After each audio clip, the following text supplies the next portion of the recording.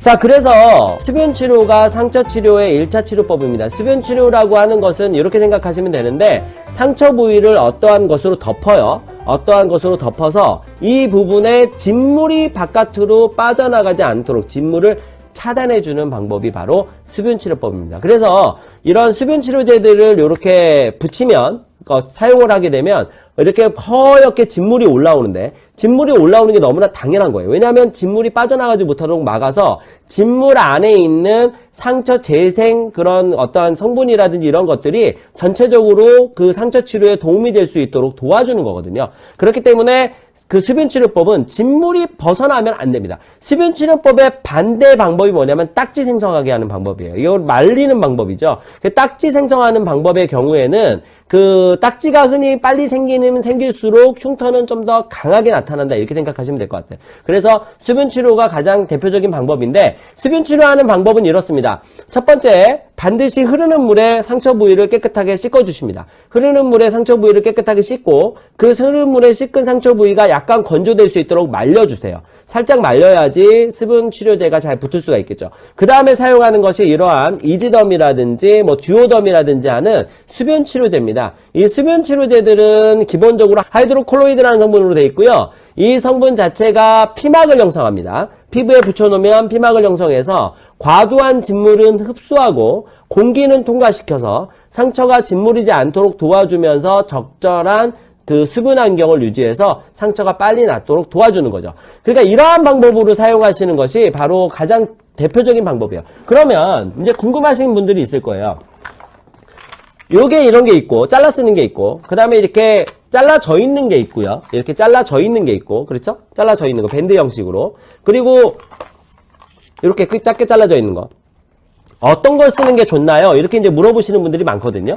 개인적으로는 잘라져 있는 거를 사용하시라고 말씀을 드립니다. 왜냐하면 이 가위가요, 이 수분치료제가 이렇게 보시면 잘라서 쓰게 돼 있는데, 잘랐으면 이 가위가 묻는 그 절단면에 세균 오염이 될 가능성이 높습니다. 세균 오염이 되면 거기서부터 세균이 번져나갈 수가 있어요. 물론 하나를 금방 다 쓸 정도의 많은 상처라면 당연히 이렇게 그 잘라져 있는 걸 잘라 쓰는 걸 쓰시는 게 좋은데, 그렇지 않고 상처 부위가 적고 간헐적으로만 사용하는 경우라면 이런 경우에는 잘라 쓰는 것보다 잘라져 있는 걸 쓰시는 게 좋은 거죠. 왜냐하면 하나씩 떼서 바로 붙여버리면 되기 때문입니다. 그래서 가격대가 아무래도 잘라져 있는 게 조금 더 비쌀 수는 있어도 환자분들의 안전을 위해서는 잘라져 있는 걸 쓰시는 게 좋고, 잘라 쓰는 제제를 사용하실 때는 가위는 알코올 수압 같은 걸로 반드시 닦아주시고 깨끗하게 세균이 없는 상태에서 절단을 해주시고, 절단된 제제는 최대한 빨리 사용해 주시는 게 좋습니다.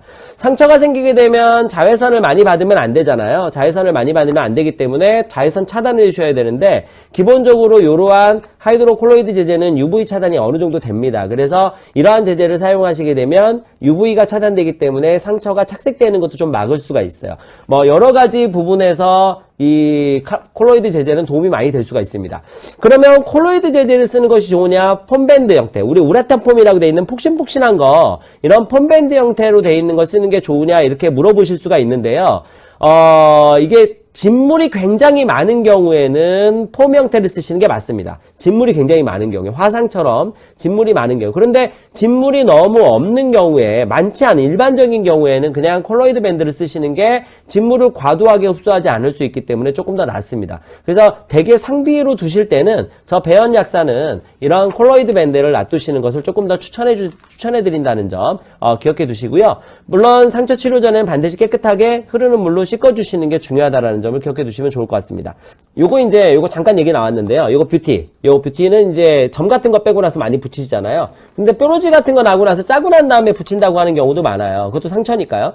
짜기 전에 붙이는 게 있습니다. 이런 피부 진정 효과 주는 거, 항균과 진정 효과 주는 거는 짜기 전에 붙이는 거, 요거는 짜고 나서 붙이는 거예요. 그러니까 뭔가 알러지나 트러블이 올라왔을 때는 기본적으로 이거 먼저 쓰시면 안 되고, 이런 짜기 전에 붙이는 걸 쓰시고 그 다음에 짜고 난 다음에는 상처 치료제를 사용하시면 되겠습니다.